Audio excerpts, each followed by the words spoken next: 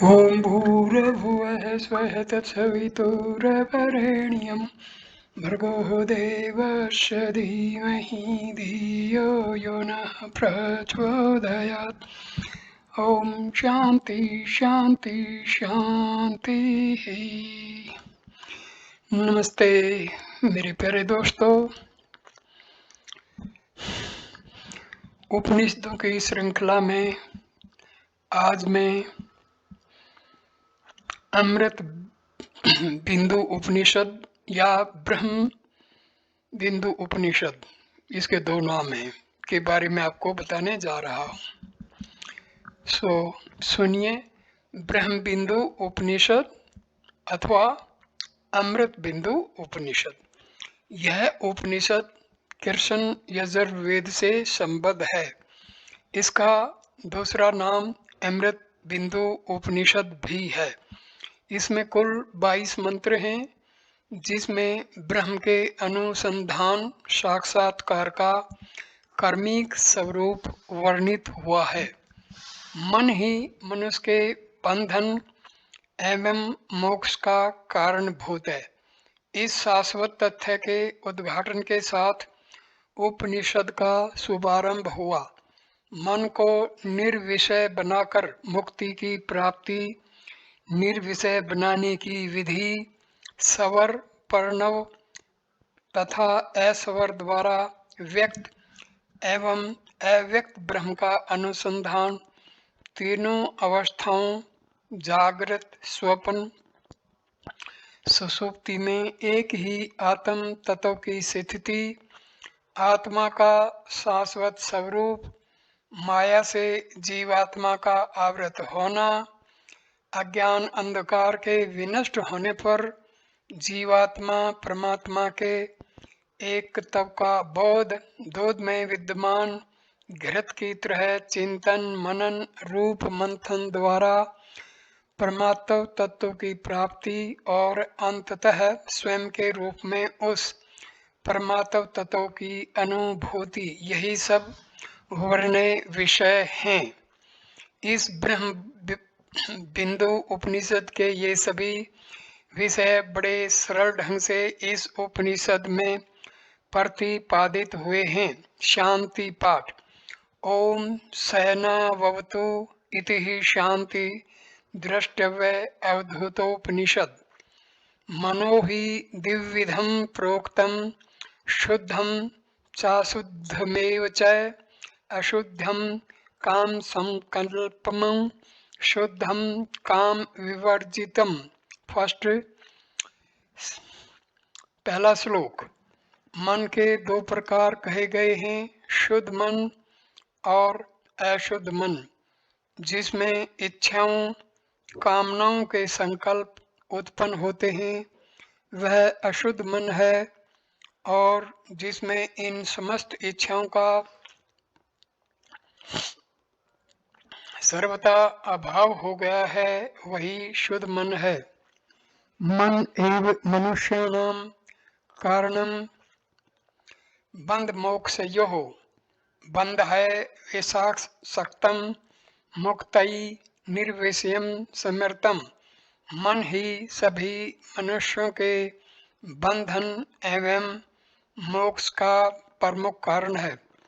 विषयों में आसक्त मन बंधन का और कामना संकल्प से रहित मन ही मोक्ष मुक्ति का कारण कहा गया है। तीसरा और चौथा श्लोक।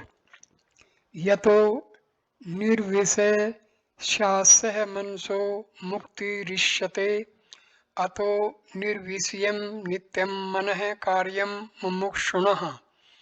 फोर्थ, निरस्तविषयासंगं सन्निरुद्धं मनोहृदय यदा यातुन्मनीभावं तदा तत्परम पदम। विषय भोगों के संकल्प से रहित होने पर ही इस मन का विलय होता है। अतः मुक्ति की इच्छा रखने वाला साधक अपने मन को सदा ही विषयों से दूर रखे। इसके अनंतर जब मन से विषयों की आसक्ति निकल जाती है तथा वह हृदय में शिथिर होकर उन मणि भाव को प्राप्त हो जाता है, तब वह उस परम पद को प्राप्त कर लेता है। 5वां श्लोक। तावदेव निरुद्धवम यावद्दधि गतम अक्षयम इतं ज्ञानं च मोक्षं च अतो अन्यो ग्रंथ विस्तरः। मनुष्य को अपना मन तभी तक रोकने का प्रयास करना चाहिए जब तक कि वह हृदय में विलीन नहीं हो जाता। मन का हृदय में लीन हो जाना ही ज्ञान और मुक्ति है। इसके अतिरिक्त और जो कुछ भी है वह सब ग्रंथ का मात्र विस्तार ही है। दोस्तों, यहाँ हृदय की जो बात कही गई है, यहाँ पर बहुत ही हमें समझने की ज़रूरत है। जिस हृदय की इसमें बात की गई है वो हृदय स्पिरिचुअल हार्ट, आध्यात्मिक हृदय है, बायोलॉजिकल हार्ट नहीं है। बायोलॉजिकल जो हार्ट है वो बाईं तरफ होता है और स्पिरिचुअल हार्ट जो होता है, आध्यात्मिक हृदय जो होता है, वो हमारे दाईं तरफ की ओर होता है। 6वां श्लोक। नैव चिंतम न चाचिंतम अचिंतम चिंतयमेव च पक्षपात विनिर्मुक्तम ब्रह्म संपद्यते तदा। जब चिंतनीय और अचिंतनीय का उस साधक के समक्ष कोई अंतर न रह जाए तथा दोनों में से किसी के प्रति भी मन का पक्षपात भी न रह जाए, तब साधक ब्रह्म को प्राप्त कर लेता है। 7वां श्लोक। सवरेण संधये उद्योगम सवरम भावयेत परम अस्वरेण ही भावेन भावो न भावयिष्यति। साधक को सवर अर्थात पर्णव के द्वारा व्यक्त ब्रह्म की अनुभूति करनी चाहिए तथा इसके पश्चात ऐश्वर द्वारा पर्णव से अतीत अव्यक्त ब्रह्म का चिंतन करे। पर्णवातीत उस श्रेष्ठ पर ब्रह्म की प्राप्ति भावना के माध्यम से भाव रूप में होती है, अभाव रूप में नहीं। 8वां श्लोक। तदेव निष्कलम ब्रह्म निर्विकल्पम निरंजनम तद ब्रह्मामीति ज्ञात्वा ब्रह्म संपद्यते ध्रुवम। वह ब्रह्म कलाओं से रहित एक रस प्राणादि कलाओं से ऊपर निर्विकल्प एवं निरंजन अर्थात माया और मल से रहित वह ब्रह्म मैं ही हूँ, इस प्रकार जान करके मनुष्य निश्चित ही ब्रह्म में हो जाता है। 9वां श्लोक। निर्विकल्प अनंतम च हेतु दृष्टा वर्जितम अपरमेय यमनादिकम च यत् ज्ञात्वा मुच्यते बुद्ध। निर्विकल्प, अंतरहित, अनंत, हेतु और दृष्टांत से शून्य, परपंच से रहित, अनादि परम कल्याण में पर ब्रह्म को जानकर विद्वान पुरुष स्वमेव मुक्त हो जाता है। 10वां श्लोक। न निरोधो न चो पत्तिर्न बद्धो न च साधक न मुमुक्षा न मुक्तिश्च इतेषा परमार्थता। न निरोध प्रलय है, न उत्पत्ति है, न बंधन है और न ही मोक्ष साधकता है, न मुक्ति की इच्छा है और न ही मुक्ति है। इस तरह का निश्चय होना ही परमार्थ बोध अर्थात वास्तविक ज्ञान है। 11वां श्लोक। एक एवात्मा मंतव्यो जागृत स्वपन सुषुप्तिषु सथान अत्र व्यतीतस्य पुनर्जन्म न विद्यते। शरीर की इन तीनों जागृत, स्वप्न और सुषुप्ति अवस्थाओं में एक ही आत्म तत्व का संबंध मानना चाहिए। जो भी व्यक्ति इन तीनों अवस्थाओं से परे हो गया है, उस व्यक्ति का दूसरा जन्म फिर नहीं होता। 12वां श्लोक। एक एव ही भूतात्मा भूते भूते व्यवस्थित एकदा बहुधा चैव दृश्यते जलचंद्रवत। समस्त भूत प्राणियों का एक ही अंतर्यामी हर एक प्राणी के अंतःकरण में विद्यमान है। अलग अलग जल में प्रतिबिंबित चंद्रमा की तरह वही एक अनेक रूपों में दिखाई देता है। 13वां श्लोक। घट संवृत्तम आकाशम लीयमाने घटे यथा घटो लीयते न आकाशम तद्विजीव्यो न भोपमः। घट घड़े में आकाश तत्व पूर्ण रूप से विद्यमान है, किंतु जिस प्रकार घड़े के अक्षत विक्षत होने पर मात्र घड़े का ही विनाश होता है, उसमें भरे हुए आकाश तत्व का नहीं। उसी प्रकार शरीर धारण करने वाला जीव भी आकाश के ही सदृश है। शरीर के विनष्ट होने से आत्मा का विनाश नहीं होता, वह शाश्वत है। 14वां श्लोक। घट द्विविधाकारं भिद्यमानं पुनः पुनः तद्भग्नं न च जानाति स जानाति च नित्यशः। समस्त जीव प्राणियों का भिन्न भिन्न शरीर घट के ही समान है, जो बार बार टूटता फूटता या विनाश को प्राप्त होता रहता है। यह विनाश को प्राप्त होने वाला जड़ शरीर अपने अंतःकरण में विद्यमान चिन्मय पर ब्रह्म को नहीं जानता, किंतु वह सभी का साक्षी परमात्मा सभी शरीरों को सदा से जानता रहता है। 15वां श्लोक। शब्दम आयावर्तो यावत्ता वित्यष्ठति पुष्करे भिन्ने तमसि चैकत्वम एकम मेवा अनुपश्यति। जब तक नाम रूपात्मक अस्तित्व रखने वाली माया के द्वारा यह जीवात्मा आवृत रहता है, तब तक बंधे हुए की भांति हृदय कमल में स्थित रहता है। जब अज्ञान रूपी अंधकार का विनाश हो जाता है, तब ज्ञान रूपी प्रकाश में विद्वान पुरुष जीवात्मा एवं परमात्मा के एकत्व का दर्शन प्राप्त कर लेता है। 16वां श्लोक। शब्दक्षरम परम ब्रह्म तस्मिन् अक्षिणे यद अक्षरम तद्विना अक्षरम ध्यायेद्धि छे अंतिमा आत्मनः। शब्द ब्रह्म, प्रणव और पर ब्रह्म दोनों ही अक्षर हैं।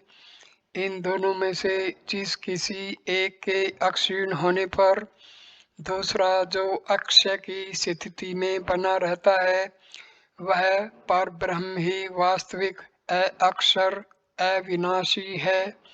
विद्वान पुरुष यदि शांति चाहते हों तो उन्हें उस अक्षर रूप पर ब्रह्म का ही चिंतन करना चाहिए। 17वां श्लोक।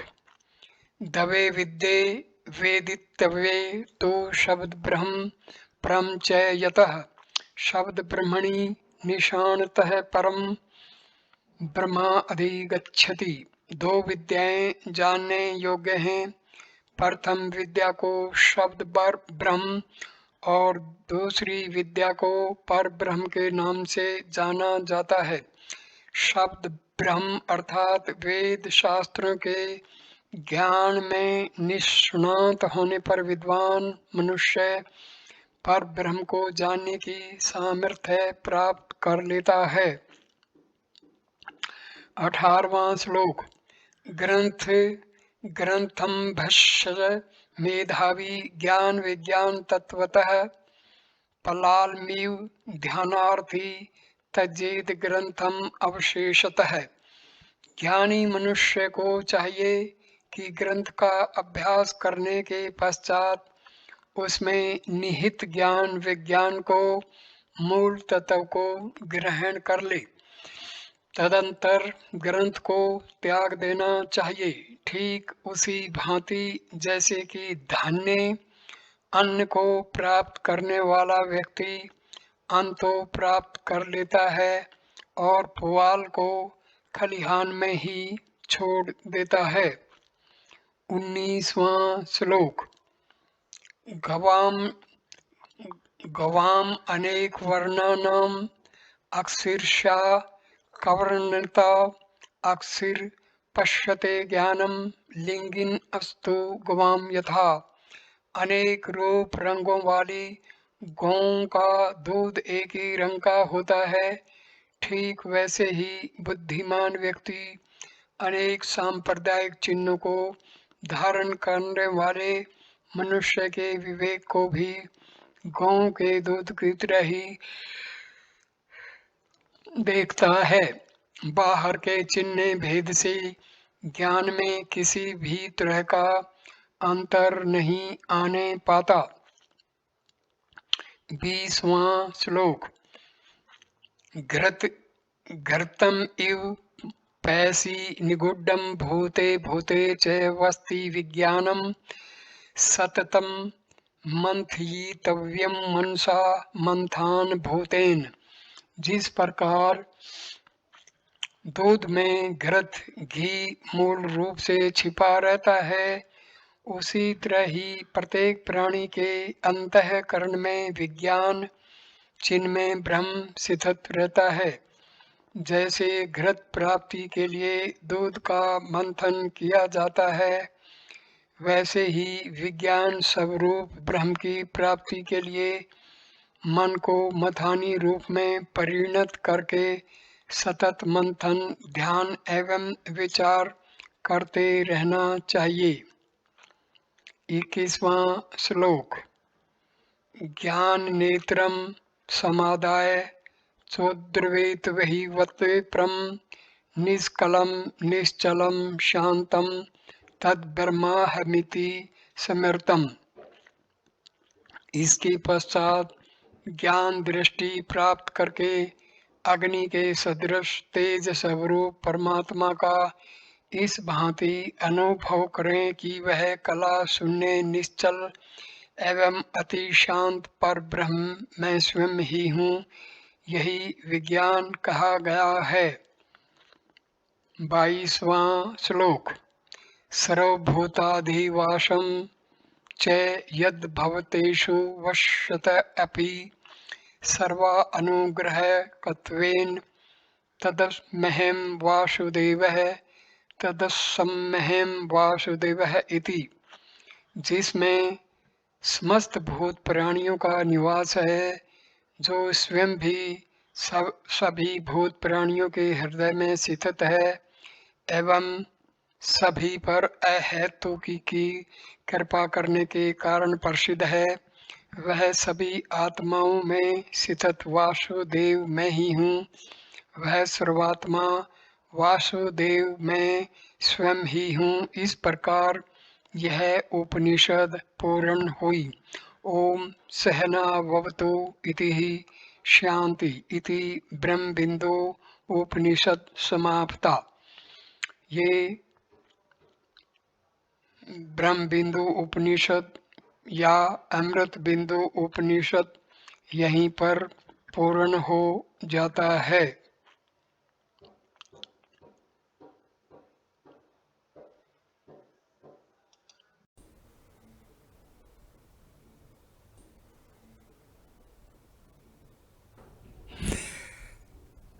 अमृता बिंदु के बारे में थोड़ा सा और हम विस्तार से समझेंगे।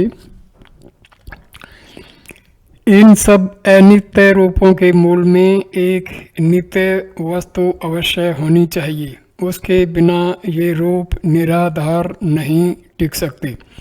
वह नित्य वस्तु अरूप भी होनी चाहिए, अन्यथा वह भी किसी अन्य वस्तु पर टिकी होगी और अनित्य होगी। विचार करने से ज्ञात होता है कि नित्य वस्तु स्वयं अपनी सत्ता से विद्यमान, अनादि, अनंत, निर्विकार और चेतन होनी चाहिए। उसे आनंद स्वरूप और अद्वितीय भी होना चाहिए। इन लक्षणों से युक्त जो परम तत्व है वही उपनिषदों का ब्रह्म है। उसी से ये सब भूत उत्पन्न होते हैं। जो शब्द रहित, स्पर्श रहित, रूप रहित, रस रहित और बिना गंध वाला है तथा जो अविनाशी, नित्य, अनादि, अनंत, महान आत्मा से श्रेष्ठ एवं सर्वथा सत्य तत्व है, उस परमात्मा को जानकर मनुष्य मृत्यु के मुख से सदा के लिए छूट जाता है। यह ब्रह्म ही आत्मा है। इसलिए आत्मा अनात्मा का विवेक करने से भी हम आत्मा तक पहुंचकर ब्रह्म ज्ञान प्राप्त कर सकते हैं। इसके लिए हमें खुद ही प्रयत्न करना होता है। यह सब कुछ ब्रह्म है, यह आत्मा ही ब्रह्म है और यह आत्मा 4 चरणों वाला है। 3 शरीर और 3 अवस्थाएं अनात्मा हैं। ये तीनों विकारी और परिवर्तनशील हैं। इनका प्रकाशक चैतन्य इन सब में विद्वान आत्मा है। जो अदृष्ट है, व्यवहार में नहीं आता, पकड़ने में नहीं आता, जिसका कोई लक्षण नहीं, जो चिंतन में नहीं आता, जो बताने में नहीं आता, एकमात्र आत्म सत्ता की प्रतीति ही जिसका सार है, जिसमें प्रपंच नहीं है, ऐसा सर्वथा शांत, कल्याण में अद्वितीय तत्व आत्मा का चौथा पाद माना जाता है। वह आत्मा है और वही जानने योग्य है। इस प्रकार आत्मा अनात्म विवेक से जो आत्म तत्व अपने में अनुभूत होता है वही समस्त जगत का अधिष्ठान ब्रह्म है। तैत्तिरीय उपनिषद में पंचकोश विवेक से भृगु ने ब्रह्म ज्ञान प्राप्त किया। भृगु के पिता वरुण ने उनको बताया, ये सब प्राणी जिससे उत्पन्न होते हैं, उत्पन्न होकर जिसके सहारे जीवित रहते हैं तथा अंत में प्रयाण कर जिसमें प्रवेश करते हैं, उसे तत्व से जानने की इच्छा करो, वही ब्रह्म है। पिता की यह बात सुनकर उन्होंने बार बार तप किया। पहले उन्हें समझ में आया कि अपना अन्न में कोशी ब्रह्म है। उसके बाद उन्हें कर्म से ज्ञात हुआ कि प्राण में कोश, मनो में कोश, विज्ञान में कोश और आनंद में कोशी ब्रह्म है। आनंद में कोश में भी जो आनंद विद्यमान है वही वस्तुतः ब्रह्म है। इस प्रकार भृगु को पंचकोश विवेक से उस आत्मा का ज्ञान हो गया जो ब्रह्म स्वरूप है। इस उदाहरण से ज्ञात होता है कि जिज्ञासु पुरुष को इंद्रिय निग्रह और मनोनिग्रह रूप तप करते हुए गुरु के उपदेश पर स्वयं विचार करने से तत्वबोध होता है। यह ज्ञान किसी के देने मात्र से प्राप्त नहीं होता, वर्ण प्राप्त करने वाला व्यक्ति अपने प्रयास से प्राप्त करता है और उसके हृदय की गांठ खुल जाती है। उस प्रात पर पुरुषोत्तम को तत्व से जान लेने पर हृदय की गांठ खुल जाती है, संपूर्ण संशय कट जाते हैं और समस्त शुभ शुभ अशुभ कर्म नष्ट हो जाते हैं। तत्व ज्ञान की इस अवस्था में ही मुक्ति है। मनुष्य शोक मोह से निवृत्त होकर शाश्वत शांति प्राप्त कर लेता है। आत्मज्ञानी शोक से पार हो जाता है। सर्वत्र एक आत्म तत्व का ही अनुभव करने वाले व्यक्ति को न कहीं मोह होता है न कहीं शोक। शिव स्वरूप परमात्मा को जानकर परम शांति प्राप्त हो जाती है। उस आत्मस्थ पुरुष का अनुभव करने वाले जो धीर पुरुष हैं उन्हीं को शाश्वत सुख प्राप्त होता है, अन्य किसी को नहीं। इस प्रकार उपनिषदों का स्पष्ट उपदेश है कि आत्मा और ब्रह्म के एकत्व का साक्षात अनुभव करना ही जीवन का अंतिम लक्ष्य है और उसी को प्राप्त करने पर विश्राम और संतोष होता है। अमृत बिंदु उपनिषद की भी वही शिक्षा है जो अन्य उपनिषदों की है। कल्याण के उपनिषदांक में इसका नाम ब्रह्म बिंदु उपनिषद मिलता है। वहाँ यह कृष्ण यजुर्वेद की एक शाखा माना गया है।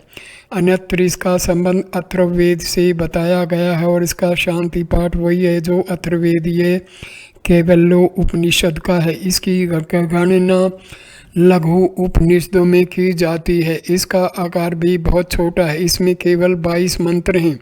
इसकी भाषा सरल है। संभवतः इसकी रचना बहुत बाद में हुई है। सभी उपनिषदों की अपनी कुछ न कुछ विशेषता होती है। उनमें वेदांत सिद्धांत का कोई बिंदु विस्तार से समझाकर तथा अन्य बातें संक्षेप में कह दी जाती हैं। एक उपनिषद के संक्षिप्त विचार का विस्तार अन्य उपनिषदों में मिलता है। उस परात पर परम पुरुषोत्तम को तत्व से जान लेने पर हृदय की गांठ खुल जाती है, संपूर्ण संशय कट जाते हैं और समस्त शुभ अशुभ कर्म नष्ट हो जाते हैं।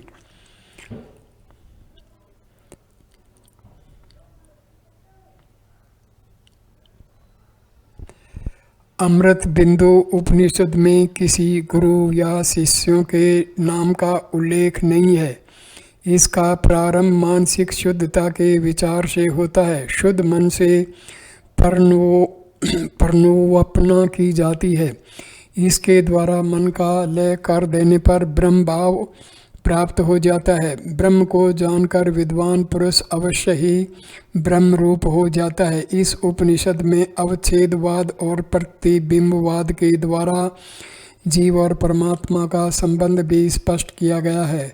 संपूर्ण उपनिषद में मुख्य रूप से जीव भाव से ऊपर उठकर आत्म भाव में आने की और आत्मा परमात्मा के एकत्व का ज्ञान प्राप्त करने की विधि बताई गई है। इस ज्ञान को प्राप्त कर अनुभव होता है कि न कोई बंधन है और न मुक्ति। इस उपनिषद के कुछ श्लोक बहुत प्रसिद्ध हैं। वेदांत ग्रंथों में उनका उल्लेख प्राय किया जाता है।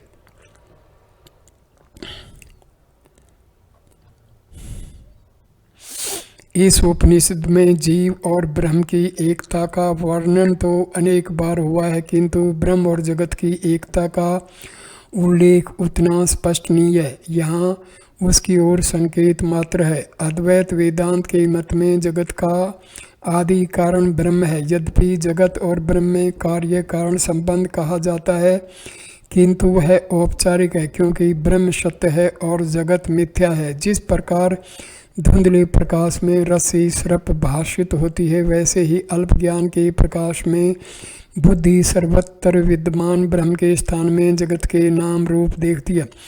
वस्तु एक ही है, जो रस्सी है वही भ्रांतिमान सर्प है। उसी प्रकार सर्वम खलविदम ब्रह्म, यह सब ब्रह्म है, किंतु वह अज्ञान से जगत रूप से भाषित होता है। वेदांत में इस कार्य कारण नियम को विवर्तवाद कहते हैं। उपनिषदों में जहाँ कहीं सृष्टि का वर्णन है, वहाँ उसका उद्देश्य अध्यारोपणवाद की विधि से सत्य वस्तु का ज्ञान कराना ही है। अध्यारोपित जगत का सर्वदा अपवाद करती हुई श्रुतियाँ एक अद्वितीय अखंड ब्रह्म सत्ता का प्रतिपादन करती हैं। अध्यारोपवाद के द्वारा निष्प्रपंच ब्रह्म का ज्ञान कराया जाता है। इसके अतिरिक्त अन्य किसी उपाय से जगत ब्रह्म निवृत्त नहीं हो सकता। इस भ्रम के दूर हुए बिना जीव अपने वास्तविक निर्विकार चेतन स्वरूप में प्रतिष्ठित होकर शाश्वत बिना हम कैसे जानेंगे। इसलिए शास्त्र आत्मा के चिंतन का भी निर्देश देते हैं। वे बार बार कहते हैं कि आत्मा का चिंतन करो, उसका स्मरण करो, उसे अपने हृदय में खोजो और उसे जानो। यह कार्य कैसे करना चाहिए, इसका उल्लेख पिछले श्लोकों में संक्षेप से करा। अपने मन को अपने हृदय में रोक कर रखने का अभ्यास करो और वहाँ उसे निवृत्त होकर लीन हो जाने दो। इस प्रकार मन का अध्यात्म तत्व में लीन हो जाना ही आत्म चिंतन है। इसके अतिरिक्त वह आत्मा न चिंतय है न अचिंत्य है। चिंतन करना मन का धर्म है। उसकी ये दो अवस्थाएं हो सकती। वह चिंतन करे या चिंतन न करे, ये दोनों अवस्थाएं दो विपरीत पक्ष। एक पक्ष से दूसरे पक्ष की ओर जाना मन का स्वभाव है। जब तक मन की स्फुरना रहेगी तब तक किसी वस्तु का चिंतन या अचिंतन अवश्य होगा। कोई भी अपने अनुभव से इसे देख सकता है। यदि मन बुद्धि से आत्मा का चिंतन होता है तो यह आत्मा का बौद्धिक ज्ञान अर्थात परोक्ष ज्ञान ही है। आत्मा का अपरोक्ष ज्ञान अभी दूर है। इसके लिए मानसिक चिंतन और अचिंतन दोनों छोड़ने होंगे, अर्थात मन को अमन होना पड़ेगा। मन की स्फुरना समाप्त होने पर ही हम अपने को पक्षपात विनिर्मुक्तम चिंतन और अचिंतन मन के इन दोनों पक्षों से मुक्त समझ सकते हैं। इसी के साथ आत्मा अनात्मा में पर ज्ञान अज्ञान के भेद समाप्त हो जाते हैं। इस अवस्था में तब ब्रह्म भाव की प्राप्ति होती है। आत्मा का अपरोक्ष बोध ही ब्रह्म भाव है। अब प्रश्न यह रह जाता है कि मन अमन कैसे हो। उसे पक्षपात विनिर्मुक्त बनाने की प्रक्रिया क्या हो सकती है। तो दोस्तों, महर्षि रमन ने मन और आत्मा का बहुत ही अच्छी तरह से संबंध समझाया है। महर्षि रमन के अनुसार मन का जो स्रोत है वो आत्मा है। मन की दशा बाहर से भीतर की तरफ मोड़ देने से मन जो है आत्मा की तरफ चल पड़ता है और वो पवित्र होता चला जाता है। जैसे जैसे आत्मा के बहुत समीप पहुंचता है मन, उतना ही वो पवित्र होता चला जाता है और अंत में आत्मा के पास पहुंचकर मन आध्यात्मिक हृदय में आत्मा में मर्ज हो जाता है, आत्मा में समाहित हो जाता है। इसी प्रकार जो हमारा अहंकार है, ईगो है, वो भी आत्मा में समाहित हो जाती है। जब मन और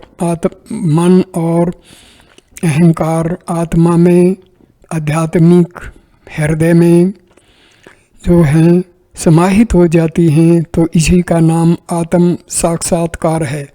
मन ही हमारी मुक्ति का कारण है, मन ही हमारे बंधन का कारण है। तो दोस्तों, ये उपनिषद बहुत ही महत्वपूर्ण है। इसके मर्म को समझने से हमें ब्रह्म ज्ञान का बहुत सा ज्ञान हो जाता है। इस वीडियो को देखने के लिए धन्यवाद दोस्तों। नमस्कार।